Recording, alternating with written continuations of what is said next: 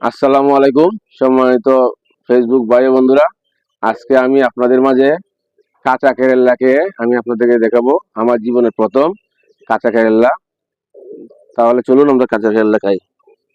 এই যে আপনারা দেখতেছেন, এইগুলা সবটি কাঁচা কেরেলা আমি আপনাদেরকে খেয়ে দেখাবো। তাহলে শুরু করি। বিসমিল্লাহির রহমানির রহিম। কাঁচা কেরেলা খাইতেছি, খুবই স্বাদ, সেই স্বাদ।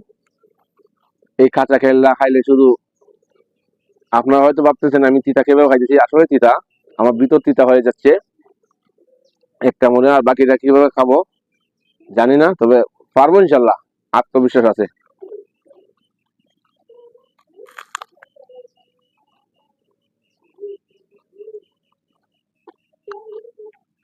কাঁচা কেরেলা খাইলে অনেক রোগের কাজ হয়।